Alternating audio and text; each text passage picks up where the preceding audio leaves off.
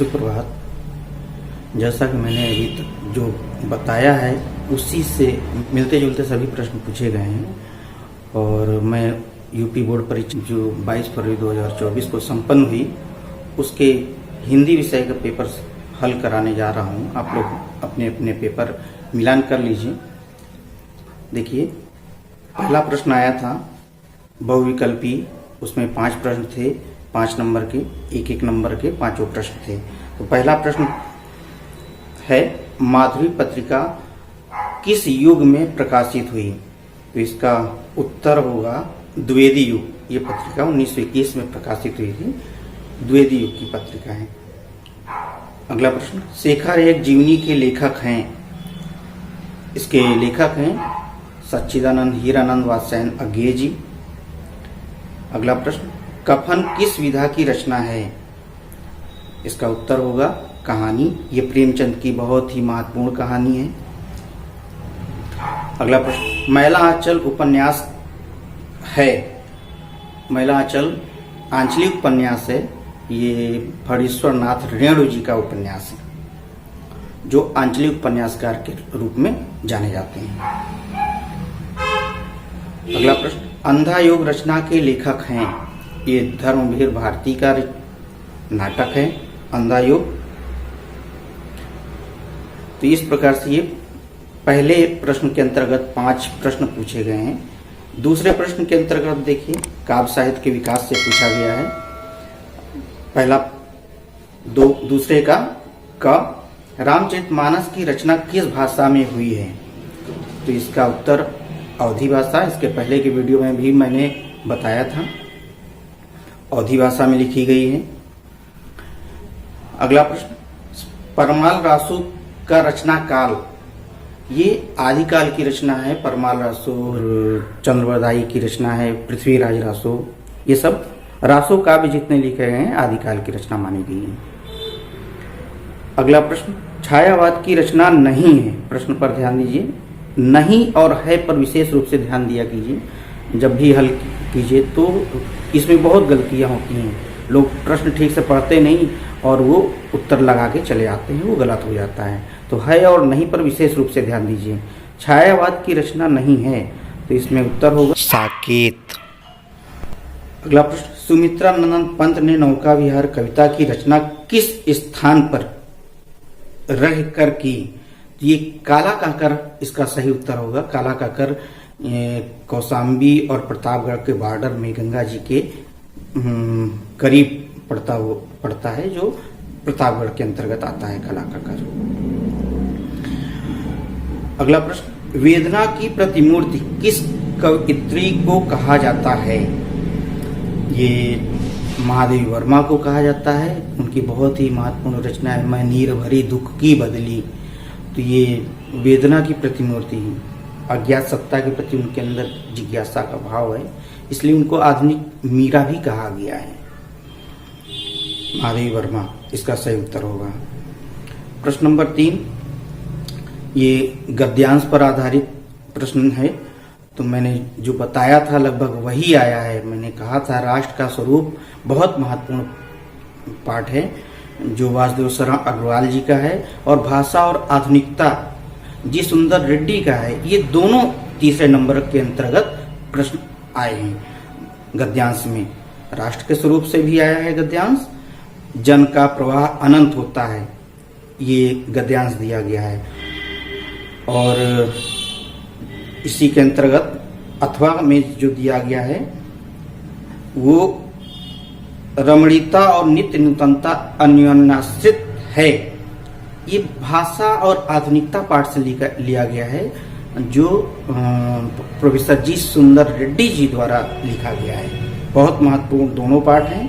लगभग प्रत्येक वर्ष इसमें से प्रश्न आते हैं। अगला प्रश्न, प्रश्न नंबर 4 के अंतर्गत ये पद्य साहित्य से पूछा जाता है। एक पद्यांश दिया होता है, इसके उत्तर 5 प्रश्न रहते हैं, उसी में उत्तर देने होते हैं।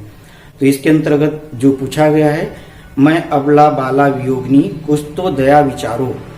तो ये गीत पाठ से लिया गया है, जिसके रचयिता मैथिली शरण गुप्त जी हैं। वैसे अक्सर इसमें से पूछा जाता है, मैथिली शरण गुप्त के जो पाठ हैं उसमें कैकेयी अनुताप या जयशंकर प्रसाद की कामायनी से या पवन दूतिका से जो अयोध्या सिंह उपाध्याय हरिऔध के द्वारा रचित है, ये 3 पाठ बहुत महत्वपूर्ण हैं। इसी से हमेशा पूछे जाते हैं। इस बार थोड़ा सा बदल दिया गया है। और इसी के अंतर्गत जो अथवा के अंतर्गत एक पद और दिया गया है, वो है सावधान मनुष्य यदि विज्ञान है तलवार। तो ये दिनकर रामधारी सिंह दिनकर जी द्वारा रचित अभिनव मनुष्य नामक पाठ से लिया गया है, जो कुरुक्षेत्र नामक उनके काव्य ग्रंथ से संकलित है। अगला प्रश्न नंबर 5 में जीवन परिचय आता है। जो मैंने बताया था लगभग वही जीवन परिचय है। Hazari Prasad Dwivedi, Harishankar Parsai, doctor APJ Abdul Kalam. और पद्य में ये अभी जो मैंने बताया ये गद्य में था। पद्य में निम्नलिखित में से एक कवि का साहित्यिक परिचय देते हुए उनकी प्रमुख कृतियों का उल्लेख कीजिए। तो ये जो पूछा गया है ये भी मैंने बताया था कि जयशंकर प्रसाद अयोध्या सिंह उपाध्याय हरिऔध, ये 2 मैंने बताए थे। इन दोनों में से अगर आप एक भी तैयार कर लेंगे तो निश्चित आ जाएगा, और वो आया भी। तो इसमें 3 हैं, अयोध्या सिंह उपाध्याय हरिऔध, जयशंकर प्रसाद और अज्ञे। इनमें से एक करना था। ज्यादातर बच्चे गलतियां करते हैं, तो वो गलतियां ये करते हैं कि 3 दिए हैं तो तीनों को उनको याद रहता है, तीनों थोड़ा थोड़ा करके लिख देते हैं, क्योंकि ऐसा नहीं करना चाहिए। कोई एक ही जीवन परिचय को लिखना चाहिए और उनका पूरा जो पूछा जाए प्रश्न पूरा उत्तर लिखना चाहिए। प्रश्न नंबर 6 में इस बार परिवर्तन किया गया है। ऐसे 2 अथवा करके प्रश्न पूछा जाता था 6 नंबर में, पंचलाइट अथवा बहादुर, लाठी अथवा ध्रुव यात्रा। इस बार एक ही प्रश्न पूछा गया और उसमें एक एक कहानी को व्याख्यात करने के लिए या सारांश लिखने के लिए पूछ दिया गया। इसमें थोड़ा सा परिवर्तन है। तो लाठी कहानी की कथा वस्तु का सार लिखिए अथवा ध्रुव यात्रा कहानी का उद्देश्य लिखिए। जबकि हमेशा प्रश्न जो पूछा जाता था वो पंचलाइट और बहादुर तो निश्चित रूप से आते ही आते थे, इस बार उनको नहीं पूछा गया। अगला प्रश्न 7वें नंबर में, इसमें खंड काव्य हैं, जिसमें से प्रत्येक मंडल के अलग अलग खंड काव्य हैं। तो प्रयागराज मंडल में आलोकवृत्त से जो मैंने बताया था कि गांधी जी का चरित्र चित्रण तैयार कर लीजिए, और वो गांधी जी का चरित्र चित्रण आया है। या आलोकवृत्ति पाठ के सारांश को तैयार कर लीजिए, तो दोनों उसमें आया है। सार मतलब सारांश। अगला प्रश्न 8वें नंबर में जो खंड खा से आता है, संस्कृत, अनिवार्य संस्कृत से, तो उसमें भी मैंने जो बताया है वही आया है। संस्कृत साहित्य आदि कवि वाल्मीकि अर्थात संस्कृत भाषा महत्वम नामक पाठ से ये लिया गया है। और इसी में अथवा करके जो पूछा है, अतीते प्रथम कल्पे जना जातक कथा नामक पाठ से लिया गया है। इसी के अंतर्गत जो श्लोक पूछता है पद्यांश में, संस्कृत पद्यांश के अंतर्गत, तो ये दोनों इसमें जो पूछा गया है अथवा करके वो सुभाषित रत्नान नामक पाठ से लिया गया। बहुत महत्वपूर्ण ये पाठ है सुभाषित रत्नान। तो जल बिंदु निपाते ने क्रमशः पूरिते घटा और कामान दुग्धे, तो ये दोनों बहुत महत्वपूर्ण श्लोक हैं जो सुभाषित रत्नान से लिए गए हैं। प्रश्न नंबर 9, इसमें हमेशा मुहावरा पूछा जाता है। इस बार भी लोकोक्ति और मुहावरा आए हैं। जैसे मुंह फुलाना, तो मुंह फुलाना का अर्थ होता है नाराज होना या रूठना। फिर है हाथ पीले करना, हाथ पीले करने का अर्थ होता है विवाह करना। फिर है दाल में काला होना, तो दाल में काला होने का अर्थ होता है ये दोष छिपे होने में संदेह होना। अगला सावन हरे न भादों सूखे, इसका अर्थ होता है कि सदैव एक समान स्थिति में बने रहना। तो अब इसका वाक्य प्रयोग आप लोग आसानी से कर लेंगे। हाँ, इस बार 10वें नंबर का जो प्रश्न है उसमें परिवर्तन किया गया है, अपठित गद्यांश दिया गया है। इसके पहले 2022-23 या उसके पूर्व में निरंतर 10वें नंबर प्रश्न में संधि आती थी। का और खा दो भागों में विभाजित था। का के अंतर्गत संधि आती थी जो 3 नंबर की होती थी, और खा के अंतर्गत विभक्ति और वचन आता था, जो इस बार धातु रूप और शब्द रूप नहीं पूछा गया, विभक्ति वचन नहीं पूछा गया, वो 2 नंबर का आता था। तो 3 और 2 5 नंबर के स्थान पर इस बार अपठित गद्यांश पूछा गया है। तो 6ठे नंबर के प्रश्न में थोड़ा परिवर्तन और 10वें नंबर के प्रश्न में भी परिवर्तन किया गया है। शेष सभी प्रश्न उसी प्रकार से लगभग उसी प्रकार से पूछे गए हैं। 11वें नंबर के प्रश्न में प्रश्न है शब्द युग्मों का सही अर्थ चयन करके बताना है। तो वसन और व्यसन, वसन मीन्स होता है वस्त्र, व्यसन मीन्स होता है आदत। अगला है अन्न और अन्य, अन्य मीन्स होता है अनाज और अन्य मीन्स होता है दूसरा। इसी के अंतर्गत प्रश्न नंबर खा, 11वें का खा, का के अंतर्गत जो अभी मैंने बताया, और खा के अंतर्गत पूछा गया है किसी एक शब्द के 2 सही अर्थ लिखना है। जैसे पूछ दिया चपला, चपला का अर्थ होता है बिजली या चंचल। शिव, शिव का अर्थ होता है शंकर या कल्याण। जीवन, जीवन का अर्थ होता है जिंदगी या अस्तित्व। ये इसके अर्थ हैं। अगला प्रश्न है निम्नलिखित वाक्यांशों के लिए एक सही शब्द चयन करके लिखिए। तो इसमें जो दिया गया है, जो शिक्षा देता है उसे शिक्षक कहते हैं। जो सब कुछ जानता हो उसे सर्वज्ञ कहते हैं। अगला प्रश्न इसी के अंतर्गत 11वें के घा में निम्नलिखित में से किन्हीं 2 वाक्यों को शुद्ध करके लिखिए। अब इसमें 4 दिए हैं, 4 में से केवल 2 आपको करने हैं। मैं आपको सभी बता रहा हूं, इसका सही क्या होगा आप लोग जान लीजिए। यह है मैं भोजन कर लिया हूं, तो इसका सही होगा शुद्ध वाक्य मैंने भोजन कर लिया है। फिर है मेरा बड़ा भाई आ रहा है, तो इसका उत्तर होगा मेरे बड़े भाई आ रहे हैं। सम्मान सूचक शब्द, आपसे बड़े हैं, बड़ों को हमेशा सम्मान सूचक शब्दों से लिखते हैं या प्रयोग करते हैं।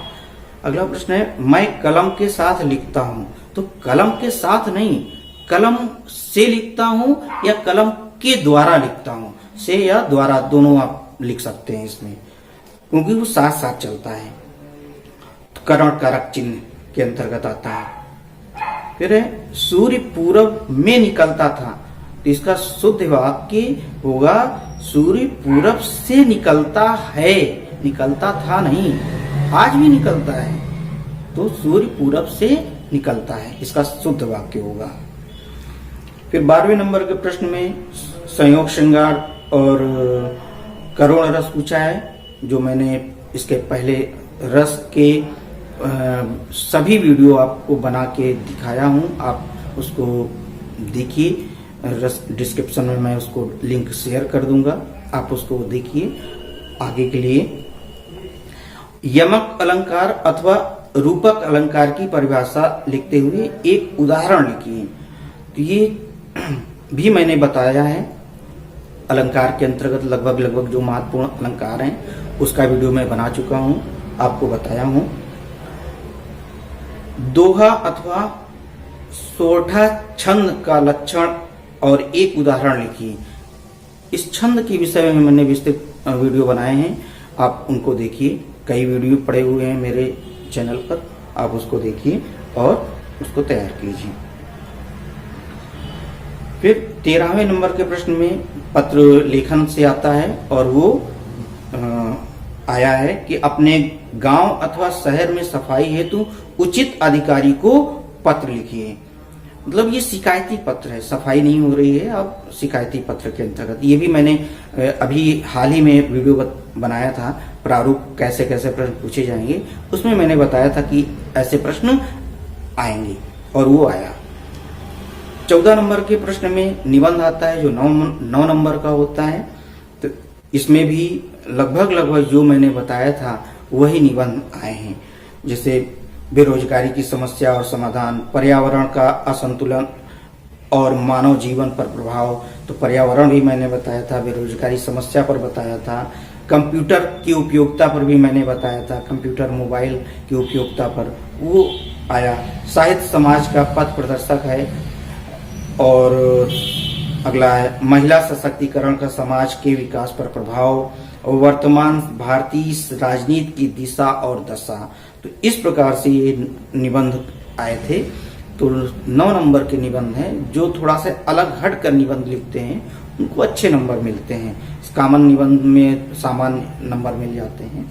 जो थोड़ा सा अलग और उनकी लेखन शैली अच्छी होती है, उनकी सोच अच्छी होती है, सकारात्मक सोच के तहत वो अपने निबंध को लिखते हैं, तो उनको अच्छे नंबर मिलते हैं। तो इस प्रकार से ये कुल 14 प्रश्न आए थे और बराबर इसी पैटर्न प्रश्न 12वीं की क्लास में हिंदी विषय के अंतर्गत पूछे जाते हैं।